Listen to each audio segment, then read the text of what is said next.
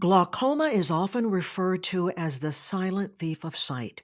We're observing Glaucoma Awareness Month, and we'll learn more about this condition and the advantages of opting for minimally invasive glaucoma surgery with Dr. Jennifer Coben, a dedicated ophthalmologist and glaucoma specialist at Guthrie Specialty Eye Care. This is Medical Minds, Conversations with Guthrie Experts, a podcast from the Guthrie Clinic. I'm Cheryl Martin. Dr. Coben, as an expert in glaucoma, give us a brief explanation of the condition and tell us why Glaucoma Awareness Month is so important. So, glaucoma is a condition that damages the optic nerve, which is basically the cable that connects the eyeball to the brain. And the optic nerve relays the signal or the visual stimuli to the brain. And so it is brain tissue. And so glaucoma is caused by a set of genetic and environmental factors. But basically, the underlying issue is that the pressure is too high in the eye relative to the optic nerve.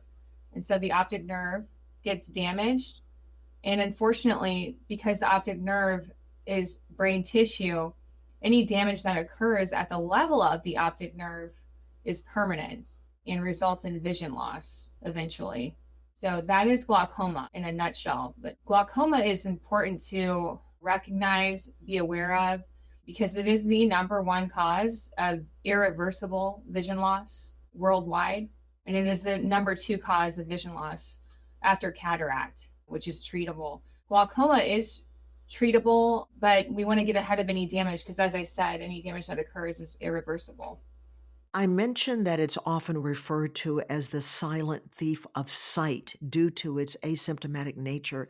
Elaborate on this and tell us how early detection can play a crucial role in managing this condition. Glaucoma, unfortunately, is often asymptomatic in that there are no signs or symptoms. There's often no pain at all until the very late stages. Typical glaucoma folks begin to lose vision and the sides on the periphery of the vision, and that progresses until it involves the very center. Glaucoma damage isn't often detected until its very late stages. And for that reason, it's important to get screenings, especially more earlier intervals if there is a family history or other risk factors. And when you say screenings, does that mean when you go to your ophthalmologist for a regular appointment, you should ask there's a special screening for glaucoma? Yes. So screening for glaucoma involves checking eye pressure and also looking at the optic nerve. In some cases, those two findings would also indicate further testing like visual field testing as well. And most optometrists and ophthalmologists are comfortable screening for glaucoma. But if you're going to get your glasses checked and the eye pressure is not checked, you're not getting a full screening for glaucoma. And so it's important to have your eye pressure checked and relay to your eye doctor if there is a family history of glaucoma that would warrant further testing. So, really, the patient should be proactive and ask for this.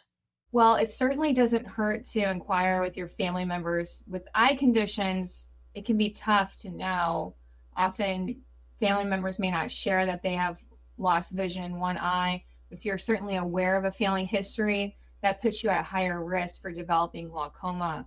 And so, if you're aware of that, it's definitely important to get screening. But glaucoma can occur even in the absence of family history or a known family history. So it's important for everyone to get screened for glaucoma at their eye visits with your eye doctor on a yearly basis. Now, minimally invasive glaucoma surgery, or MIGS, seems to be a game changer in treating glaucoma patients. Give us an overview of MIGS and how it differs from traditional glaucoma surgeries. Sure. So, as a glaucoma specialist, that involved doing an additional training in glaucoma surgery, traditional glaucoma surgery.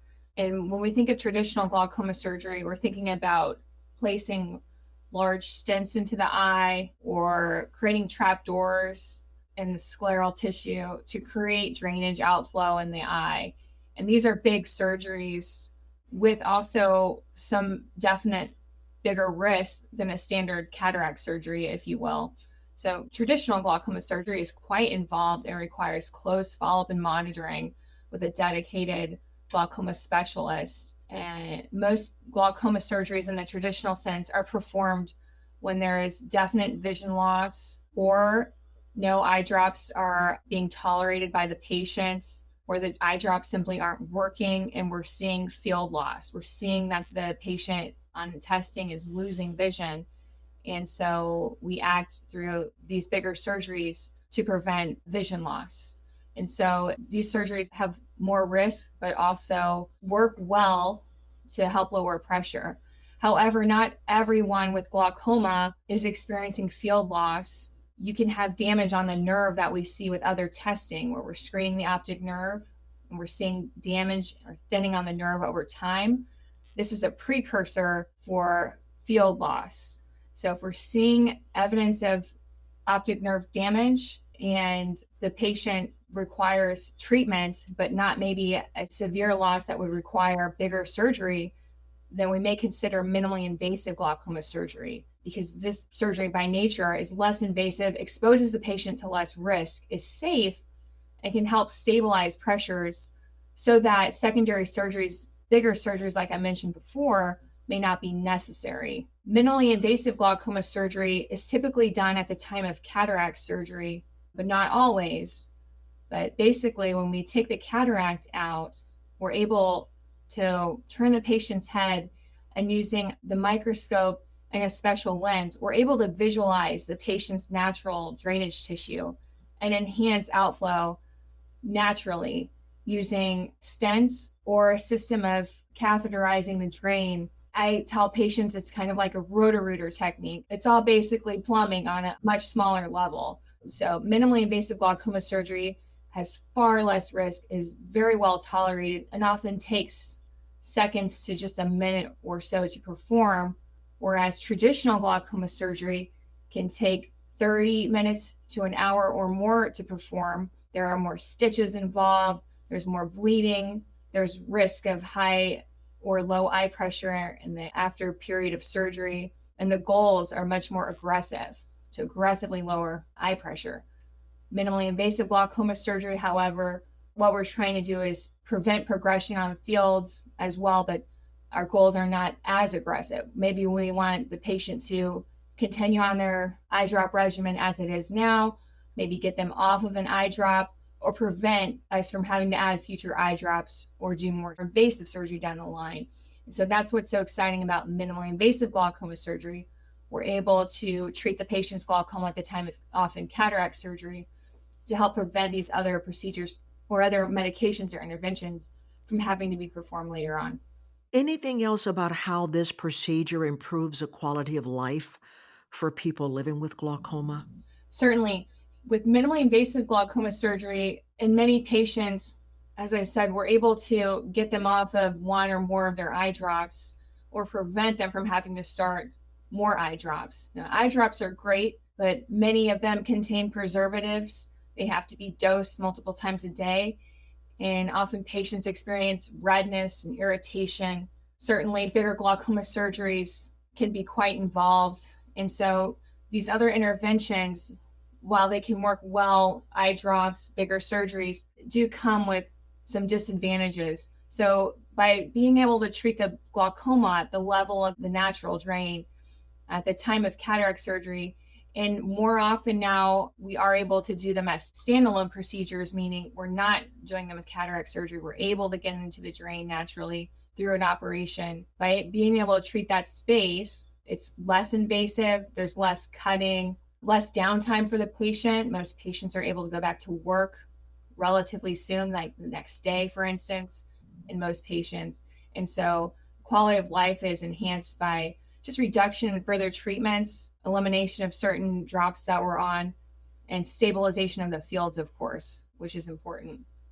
Now, for those considering MIGS, what should they know about the risks?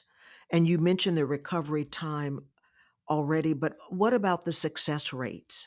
Success rates are quite high. When we're looking at the data and the trials, cataract surgery alone, thankfully, helps lower eye pressure. But when we do these other techniques, we're able to enhance eye pressure lowering. So for instance, the Hydrus microstent trials looking at 5-year data, their Horizon trial showed reduction in visual field progression. And that was even at 5 years. 78% of patients who had the Hydrus with cataract surgery, for instance, were drop-free at 2 years. So it's big numbers. And along the same lines we see with other procedures such as the Omni, iStent, we see reductions in pressure, stabilization of fields, far and away more than just cataract surgery alone. So the benefits are definitely notable, and we've seen them in clinical trials. We're continuing to study the benefits. As far as risk or added risk to the patient, we are working in a space, the natural drain filters out to the circulatory system. So when we're working in a natural drain, we will expect and want to see some egress of red blood cells. We see a little bit of bleeding inside of the eye. It's often on a microscopic level, but at first, in the early postoperative period, we can see some microscopic red blood cells on exam. This isn't something the patient typically sees. They don't see bleeding in their eye, but it can lead to some more visual blur in the early days after a cataract surgery, for instance, or in the early days after the surgery.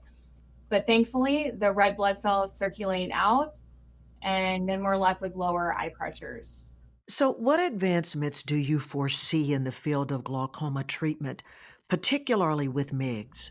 I think we're going to just continue to see more minimally invasive approaches come to the forefront. We're going to see different spaces in the eye used to help lower pressure.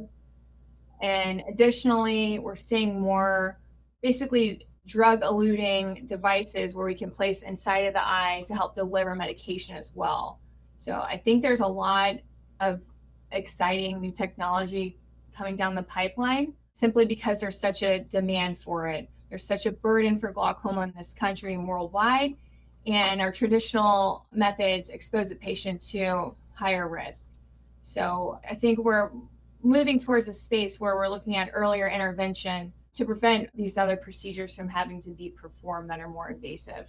As we wrap up our conversation during Glaucoma Awareness Month, are there some preventative measures or lifestyle changes that could help mitigate the risk of developing glaucoma?